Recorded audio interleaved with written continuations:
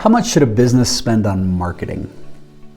Man, that's a loaded question, and I'm gonna tell you exactly how much you should spend. As entrepreneurs and business owners, we know that if we have a clear plan, anything becomes possible.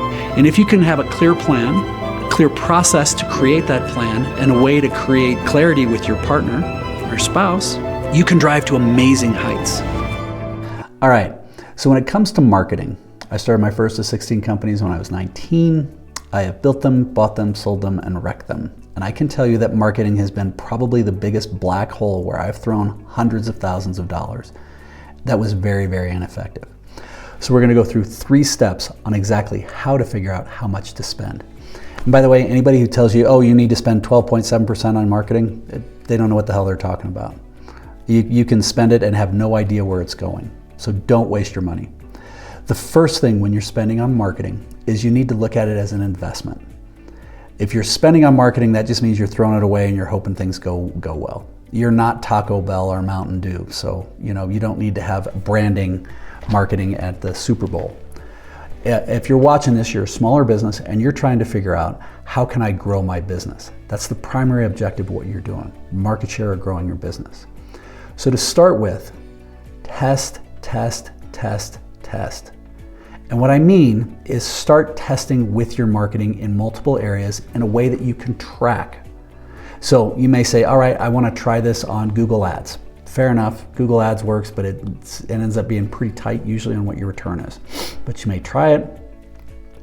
But also understand that you need to A/B test. Test one word, one title, and test that for several days, then test another title and test that for several days. See which ones are converting on. When they convert, start figuring out where and when people are coming in and they convert. If you're doing local stuff, heck, I've known people who were very effective with direct mail for like landscaping businesses or things like that. But test. Don't go all in on anything. The intention is you want to test the different types of marketing you can do and the different ways you can market them. Types and ways, I guess, are similar, but then the language and what are the value props, and we talk a lot about this in this channel and other questions and areas you can go in there. But once you test. So if you're gonna start with this, I would encourage that you set an established budget of getting started to understand what is working. But the first things first, you have to know that you have to be very clear so you're aware of what's working and what isn't when you're doing your marketing. The second thing is you have to know your metrics. And what I mean by this is you have to know that if you pick up a new client, great, what is the traditional lifetime value of that client or customer or whatever you want to call it. If you're, if you do high-end advisory work, maybe for you as a coach, you bring somebody in and you have them, and on average you keep them for 12 months and they pay you $1,000 a month. That would say, okay, that person's worth $1,000 a month. That's a pretty good lifetime value. Excuse me, that is worth $12,000 lifetime value of that customer. So if you have to spend a couple grand to get that, that's okay. But if you don't know, that doesn't work.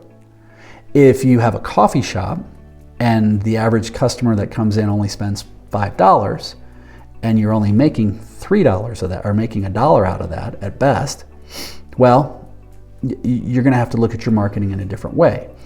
But if you say, all right, I'm at the coffee shop, but on average, if I can get a local person to come in there and they come in and they spend $5 a day, and I'm netting out 50 cents of that, but they come in 3 times a week and they come in every week of the year, well, suddenly, you're making $1.50 per person, and you say on average they're there 52 weeks, that person is worth $75. So maybe that $3 direct mail piece that gets somebody in the door has value, but you have to make sure you understand it. So the first start is where you're testing the different methodologies and ways that you're marketing and how much it's working and what's the language that's working. Then once they start to connect, to convert, huge. That's benefit, that's money. That's worth it all day long right there. But you have to know how much is it worth. So you may say, wow, I didn't think of it that way, and actually that customer who comes into my coffee shop is worth, $75 a year.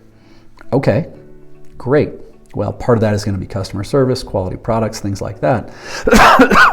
But you may be saying, I'm willing to invest $7 to $10 to get that person in the door so that they come in.